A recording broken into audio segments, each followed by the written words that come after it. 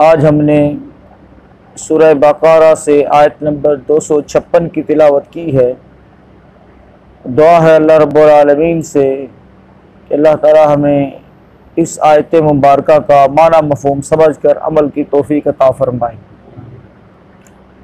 इससे क़बल आयत नंबर 255 जो कि बड़ी मशहूर तरीन आयत है, आयतुल कुर्सी, उसके फ़ज़ाइल अहकामात हमने समाअत किए, पढ़े, और यकीनन आप भाइयों ने इस आयत मुबारका को यानी आयतुल कुर्सी को हमेशा पढ़ा भी है। इसी तरह से इसके फ़ज़ाइल भी बहुत ज़्यादा सुने हैं और बिख़ुसूस फ़र्ज़ नमाज के बाद पढ़ने की इसकी रूटीन इंशाअल्लाह हमने बनानी है। इस आयत मुबारका में यानी आयतुल कुर्सी में एक दावे की 11 दलीलें ज़िक्र फरमाई गई हैं।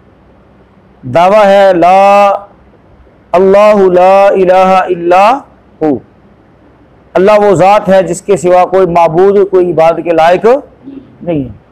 फिर 11 किस्म के दलाइल देकर ये बात साबित की गई है कि वाक़अतन अल्लाह के सिवा कोई माबूद नहीं है। अब इसके बाद अल्लाह रब्बुल आलमीन ने जो जिस तरह से अल्लाह के अलावा कोई माबूद नहीं है, ऐसे ही दीन के अलावा यानी इस्लाम के अलावा भी कोई मज़हब नहीं है। अब इस बात को वाज़ेह किया जा रहा है कि जैसे अल्लाह के सिवा कोई माबूद नहीं है, ऐसे ही अल्लाह के नाजिल करदा दीन के सिवा भी कोई दीन नहीं है।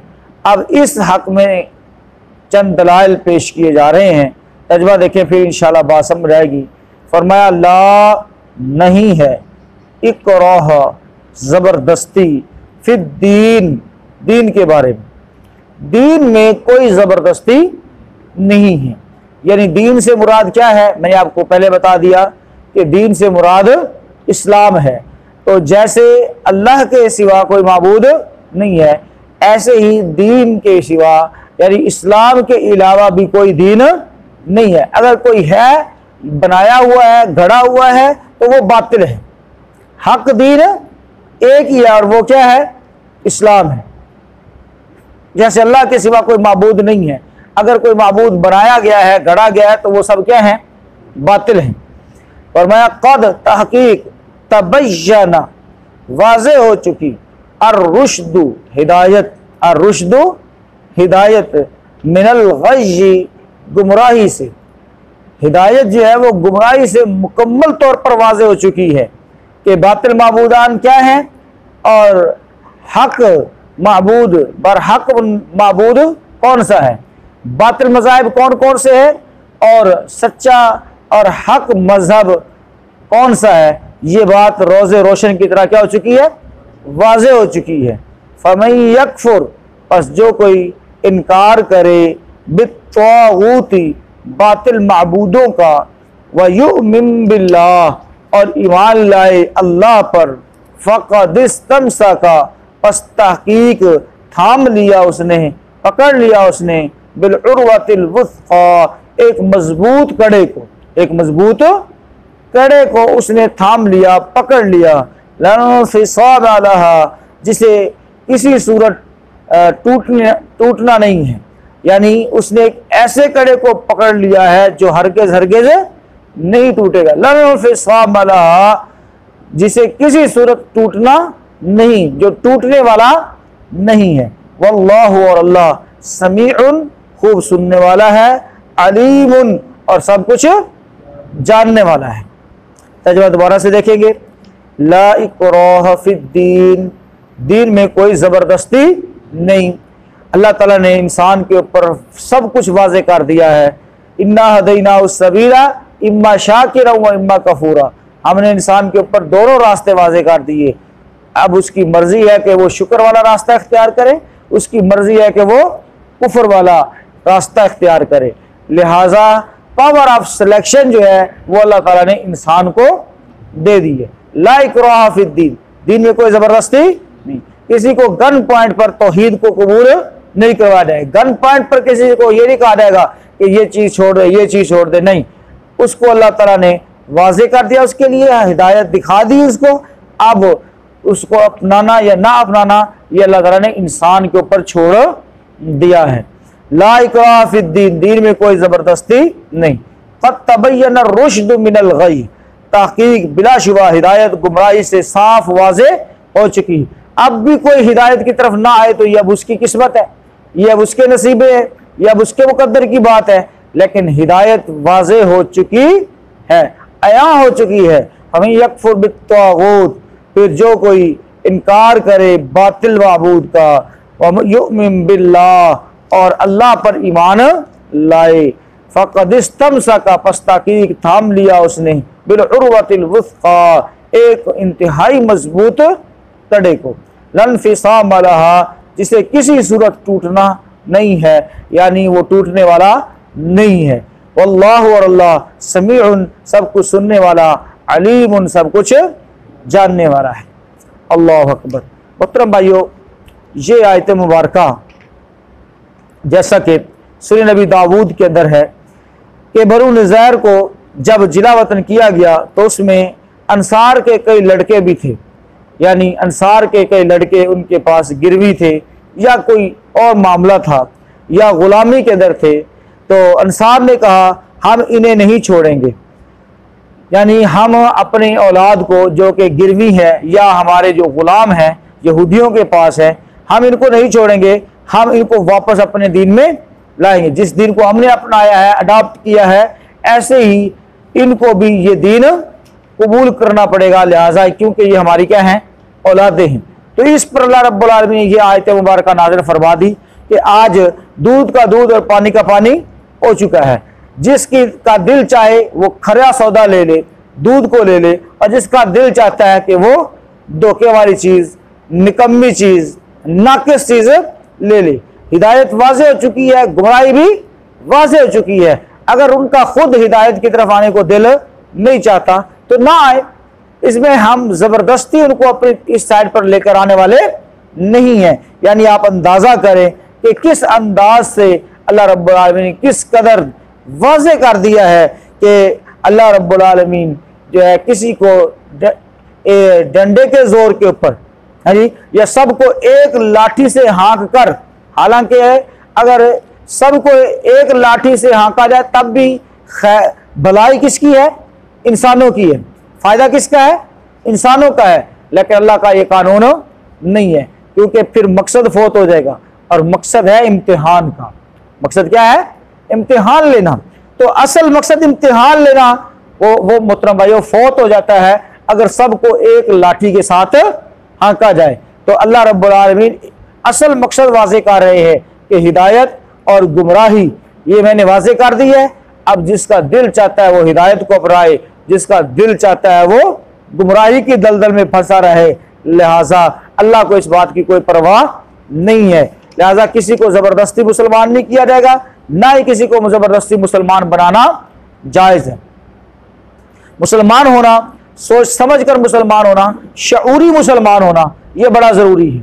मैंने पहले भी एक लेक्चर के अंदर ये बात की थी कि भाइयों, एक है कि जद्दी पुश्ती मुसलमान, 2 नस्ली मुसलमान, 3 नस्ली मुसलमान, 4 नस्ली, 10 पुश्ती मुसलमान जैसा कि हम हैं, और एक है कि शऊरी मुसलमान है। कौन है, शऊरी मुसलमान। हम नस्ली मुसलमान तो हैं लेकिन शऊरी मुसलमान नहीं है। अगर शऊरी मुसलमान होते तो मस्जिदों की ये हालत ना होती जो आज बनी हुई है।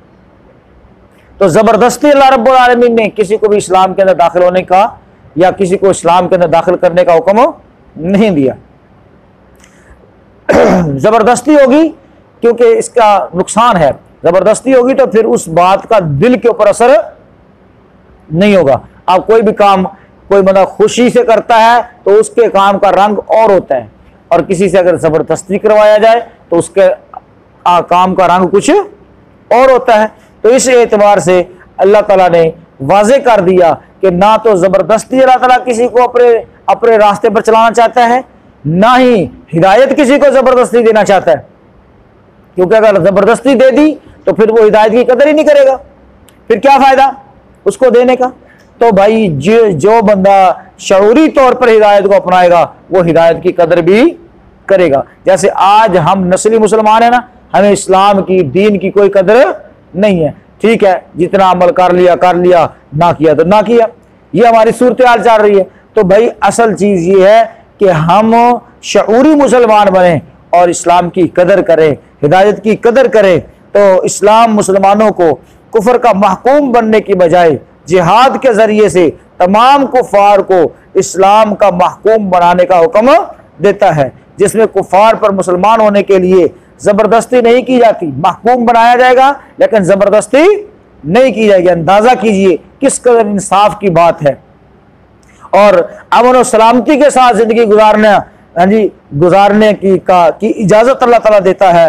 गलबा इस्लाम की अलामत के तौर पर उनसे मामूली रकम जिजिये के तौर पर ली जाएगी। अगर जबरदस्ती मुसलमान बनाना जायज होता तो आज हिंदुस्तान में कोई भी गैर मुस्लिम ना होता, क्योंकि 1000 साल तक मुसलमानों की हुकूमत यहाँ पर रही है। समझ आ रही बात? मुसलमानों की हुकूमत यहाँ पर रही है, जबकि आप देख लें हिंदुस्तान के अंदर अक्सरियत किसकी है? हिंदुओं की है। तो आप अंदाजा करें, लोग कहते हैं कि इस्लाम दहशतगर्द है, इस्लाम जो है वो डंडे के जोर पर, तलवार के जोर पर फैला है। नहीं मोहतरम भाई, ये सरासर प्रोपेगेंडा है। अल्लाह रब्बुल आलमीन ने वाज़ेह कर दिया कि जो कोई हिदायत को अपनाए, बातिल माबूद का उसको इनकार करना पड़ेगा, तागूत का इनकार उसको करना पड़ेगा। तागूत क्या है, अब इसको भी थोड़ा सा समझने की जरूरत है। मोहतरम भाई, तागूत है वो चीज है जिसकी इबादत की जाए अल्लाह के सिवा और वो उस इबादत पर राजी भी हो, उस इबादत पर राजी हो, तो वो तागूत है। जिसकी अल्लाह के सिवा इबादत की जाए और वो उस इबादत पर राजी हो, इसे क्या कहते हैं? तागूत कहते हैं।